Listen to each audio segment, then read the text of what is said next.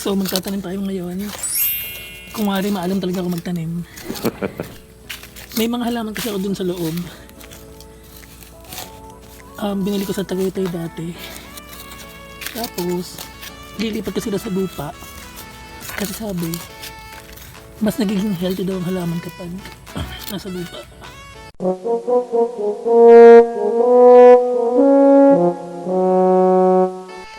So finally, naibenta ko na tong kotse. It's a tough decision for me because this is my very first car and I really worked hard for this one. However, there's really something I wanna get. So I learned that you really have to compromise in order to get the things that you really wanted in life.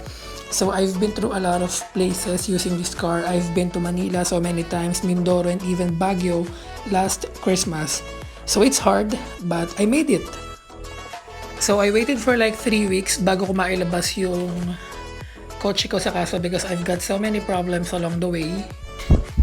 So one of the problems that I encountered along the way is yung availability ng unit. And also, kaya nga pala ako natagalan is that because palipat-lipat ako ng dealership until I finally made up my mind na sa Santa Rosa na ako kukuha kasi mas maganda yung customer service nila doon.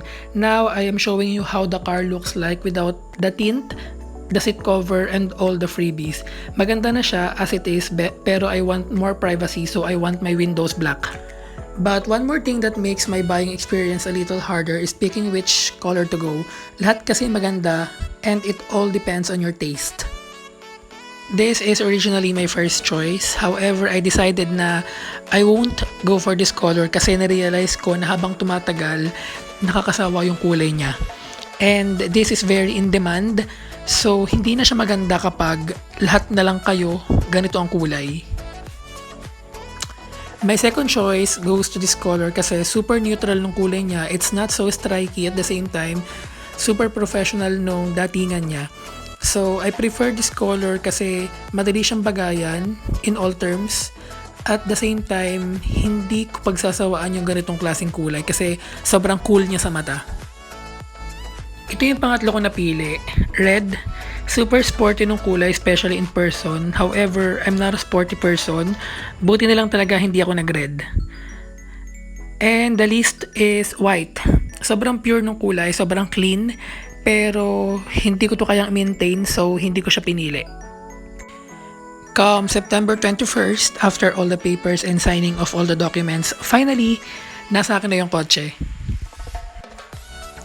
So, there are some other variants of this car, but I decided to pick the mid-range kasi naisip ko lang naman, why would I even spend much of my money for something that has the same performance all across all the variants? I mean, pare-pares mo yung performance from top going down to the bottom, isa naman yung performance ng makina nila.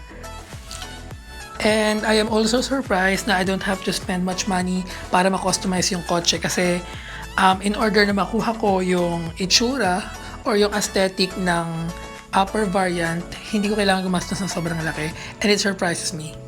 But it's all me naman. I know that we have different, eye or perspective, especially in picking up a car. So that's just my opinion.